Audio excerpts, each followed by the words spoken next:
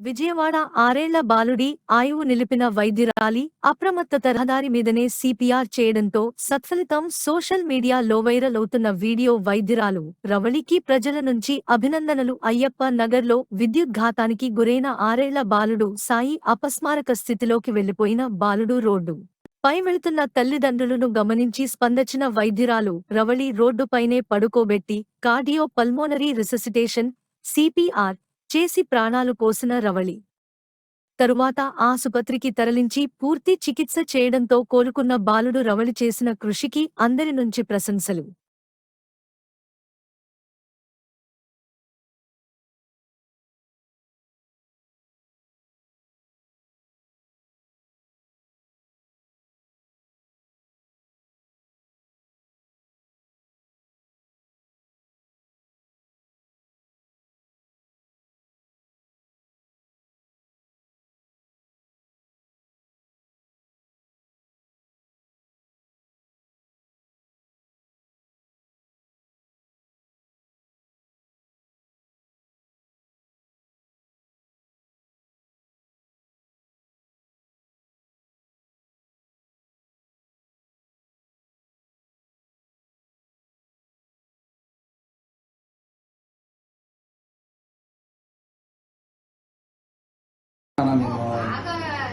చేది నాన్న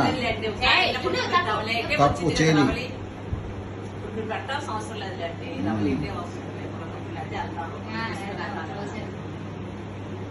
నవరా